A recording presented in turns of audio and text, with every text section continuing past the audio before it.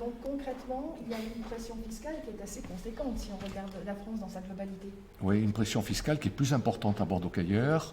Elle est près de 40% supérieure à des villes comparables de la même strate. Et surtout, cette pression fiscale a essentiellement nourri des investissements qui sont parfaitement somptuaires ou inutiles au détriment d'équipements de proximité. Je prends par exemple l'exemple du Grand Stade, qui est devenu un trop grand stade, coûte très cher aux contribuables bordelais et métropolitains. Pour vous donner l'ordre de grandeur, en 2016, il représentait dans l'endettement déjà important de la ville de Bordeaux 122 millions d'euros. La ville de Bordeaux a trouvé judicieux de transférer, j'ai envie de dire, le Mistigris à la métropole. Et cela représente un coût, toujours pour la ville de Bordeaux. C'est-à-dire que malgré ce transfert à la métropole, la ville de Bordeaux va devoir payer pour une durée indéterminée 2,4 millions d'euros annuels à la métropole en raison du transfert. Pourtant, beaucoup pensent que non. Eh bien, oui. Beaucoup pensent que du fait de ce report, la ville n'a plus rien à dépenser. Eh bien non, alors ça ne fait plus partie de son endettement, mais par contre, elle doit payer tous les ans 2,4 millions à la métropole. Et en plus, il faut savoir aussi que la métropole, les contribuables de la métropole, parmi lesquels donc, les contribuables bordelais, doivent aussi payer tous les ans 1,9 million d'euros en plus. Donc si vous voulez, c'est une opération qui est qu'on qualifie de somptuaire, inutile. Un grand stade qui est devenu un trop grand stade, parce qu'il n'est occupé que par moitié par l'équipe résidente.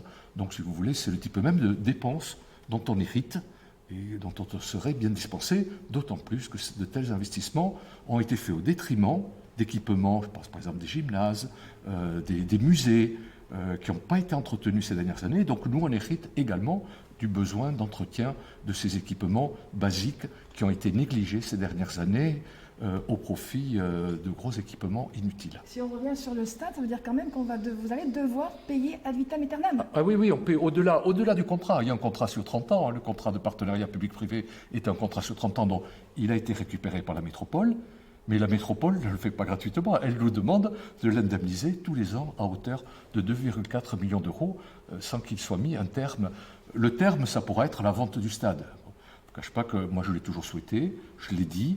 Le problème, c'est que ça ne dépend pas du maire de Bordeaux, ça dépend de la métropole, mais j'ai des discussions assez avancées avec le président de Bordeaux Métropole pour que nous arrivions à mettre en vente. Mais c'est compliqué. Il y a un contrat de partenariat public-privé qui est mal phagocyté, donc compliqué. Actuellement, on est en train de faire étudier par des juristes spécialisés les conditions de cette vente. Et il faut que cette vente, naturellement, ne soit pas préjudiciable aux contribuables. Donc c'est quelque chose actuellement d'assez complexe. Mais c'est vrai que je persiste à penser que la meilleure solution, ça sera qu'on se débarrasse de ce grand stade parfaitement inutile et que les Bordelais cessent de payer tous les ans des sommes parfaitement inutiles.